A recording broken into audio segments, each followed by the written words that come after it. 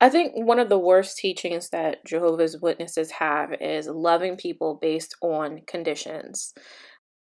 And those conditions are usually based upon the Bible. And when you put God into the mix of how you love someone or how you show love to another individual, it really complicates relationships. Relationships with your friends, relationships with your family, and relationships with your marriage. Loving people with a condition, your whole entire life can really affect how you treat your marriage going forward. When I first got married, it was terrible. It was hard. We struggled a lot with communication, with our emotions. We didn't know how to talk to each other. And, you know, I was just over him. I was just done with him. And I was ready to quit. I didn't want to be in my marriage anymore.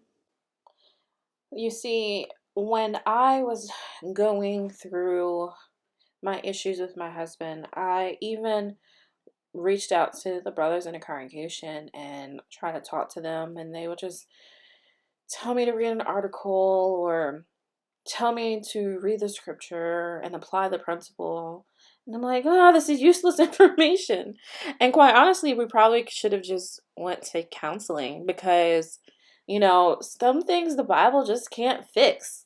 The Bible can teach you principles, but if you don't apply those principles, it's not going to work out. And if communication is an issue, then first you need to tackle the basics of learning how to communicate. And the brothers are not going to really sit down and have a one-on-one counseling session with you because, frankly, they're not counselors, they're not professionals, so they don't know really how to tackle that situation beyond giving you a scripture to read. So that was really, really frustrating for me at the beginning of my marriage because I felt like no one was really giving me real useful advice beyond just pointing me to the direction of a specific scripture or a watchtower and then figuring it out on my own. And I think it was because I was taught my whole entire life to love people with conditions. So when you're a Jehovah's Witness, you are taught to love people conditionally. So if they're listening to music you don't like, or they're watching a movie you don't approve of, or they're hanging out with people you don't like, you have three options. One, you can pull them to the side and counsel them on their behavior. Number two, you can talk about them behind their back. Or number three, you can just totally cut them off. You know, all of those options, none of them are loving. None of them are kind. Counseling someone because they make you feel uncomfortable is, you're telling that person they have to change themselves in order to accommodate you. And that's not fair to them, you know? Number two, talking behind someone's back, that's not loving either. And number three, totally cutting someone off. And I've had that before. Totally cutting someone off isn't loving as well because that person doesn't even know like what happened or what they did, you know? So when you get married and your spouse sins against you, and it doesn't have to be a serious sin according to Jehovah's Witnesses, it's just like, hey, I was going to do the dishes and I didn't do them. And then you get mad and you're like, well, in your Jehovah's Witness head, Jehovah loves a clean house. Why can't you keep the house clean? that is when you start putting conditions on that person. When you're using scriptures to justify your dislike for that individual. So my mother, she never ever taught me to love people with conditions. And people call my situation with my family like we're liberal Jehovah's Witnesses, but honestly, I just thought, people, all the witnesses ran this way, but apparently it was just like a select few families that do this, where if someone is disfellowship or if you have worldly family members, like, you don't treat them any differently. You don't shun them. You show them love. You encourage them to come back to the hall, and then that's it. Why I never shunned my family. I never loved my family with conditions. I just always love them. So I can't relate to those videos when people are saying that, their families just stop talking to them. I'm like, how could this be? Like I know and this is my cognitive dissonance. Like when I'm like watching those conventions and they're telling you, not even to answer your child's phone call. And I'm looking at my mom and she looking at me and I'm like, my mom like, I'm gonna answer your phone call. And we laugh about it, but like people are really experiencing a level of trauma from that, right? But just because I didn't practice that with my family didn't mean I didn't do that within the congregation. So if, someone was disfellowship in the congregation, I just don't speak to them. If someone hurt me or I didn't like the way they talked or the movie they watched or the way they dressed, I would just stop talking to them, maybe talk about them or try to counsel them. That never went well. But like, that is loving people based on the condition that you have made up in your head. And everyone can translate the Bible in their own way. Everyone can take one verse and get 10 different meanings out of that verse. And, whose meaning is correct? However you decipher the Bible or however you decipher that verse, that is your personal relationship with God. But don't put your conscience on me. That is your conscience, and leave it there. And that's the problem with the organization, that they feel as if you don't digest that scripture in the exact same way as another brother or another sister, then you must not love God. You must not be close to Jehovah. You must not be well versed in the scriptures. But if you really think about that, is that loving at all? I mean, I did this my entire life. And it's just registering to me that I didn't really love people. Beyond my family, I didn't really love people. And that's why when people get this fellowship and you never hear from them again, you don't even blink an eye, it's just like they're gone. I remember talking to the elders and telling them that I always have a constant rotation of friends. It got to the point where I felt like every other year I was hanging out with a different group of people because either one, they either leave the organization, or number two, they either cut me off because they didn't like how I was acting, or I was cutting them off because I didn't like how they were acting. And it was like a rotation of people. And I don't feel like in the real world that is normal behavior. But when you are married, it's different. You are now living with that person, and that person has a totally different communication skill. They communicate very differently than you. They live their life very differently than you, and now you're trying to merge those two completely different lives together. And when that person doesn't do things perfectly, it is easy for you to pull a scripture out and use it against that person and say, well, Jehovah wants you to study with me and keep me spiritually together, right? Oh, Jehovah likes a clean house. He wants you to do the dishes. You can pull out a scripture for every problem within your marriage. You can use that against your spouse and basically torture them into, one, guilting them into doing what you want them to do, or number two, just make them go crazy. And I think I was actually doing that with my husband. I was kind of making him go crazy.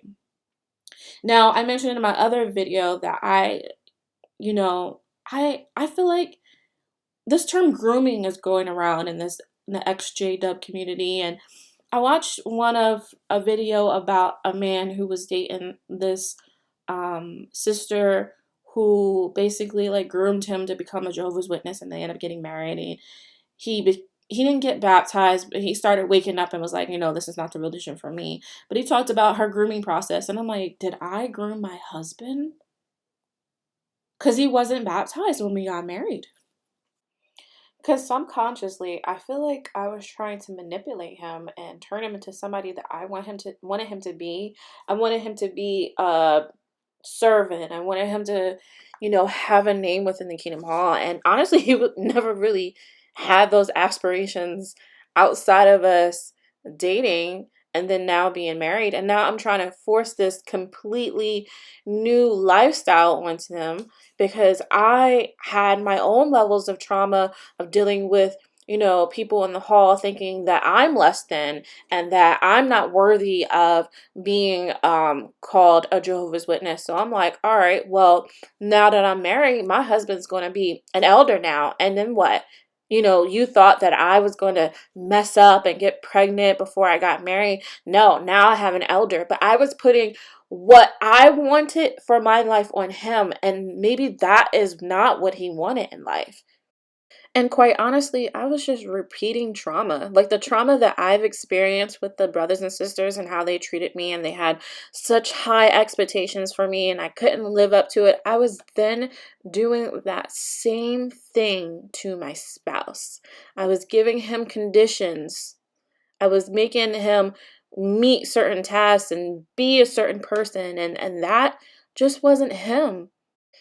And honestly, I wasn't even giving him an opportunity to grow as an individual or even a better person because I was always down his neck about the things that he wasn't doing.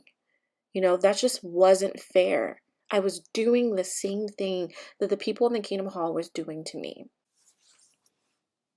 But there was at some point when I looked at him and I realized, and I was like, you know what? He is his own individual, and he makes his own choices and his own decisions.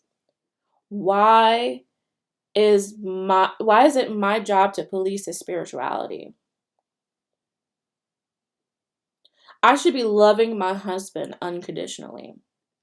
He's not cheating on me, he's not abusing me. Some marriages just don't work out.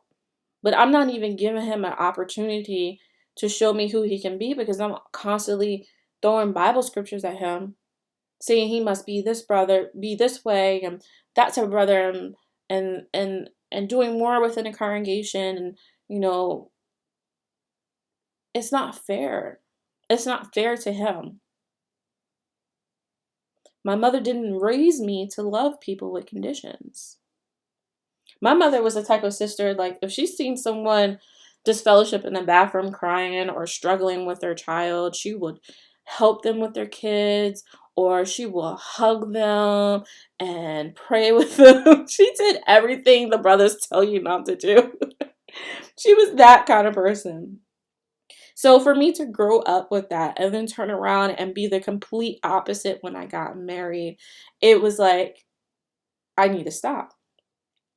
So when I went through all the stuff with the brothers and my judicial meeting, I really had to like re-examine my marriage and my relationship with my husband and realize that, you know what, I was loving my husband with conditions. And I'm supposed to love him unconditionally. But when I've been practicing my entire life, loving people with conditions, it was so hard to make that mental switch and view him as my family. And even with just regular people that I care about, it's really hard to love people unconditionally. Because the moment that they do something I don't like, I'm like, all right, well, I'm not hanging out with you no more. But that's not real love.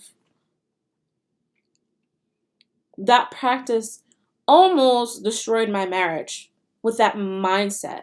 And I can understand why so many young Jehovah's Witnesses, beyond them just wanting to have sex with each other, get a divorce because they're loving each other conditionally. When they tell you to go look out for a spouse, look for a sister pioneer. Look for a sister that participates in the congregation a lot. Look for a brother that's a servant. Look for a brother that's out in service all the time. Look for an elder. You're loving people based on the condition of whatever status they have in the congregation. But life happens. People get sick. People get depressed. People lose their jobs. Okay?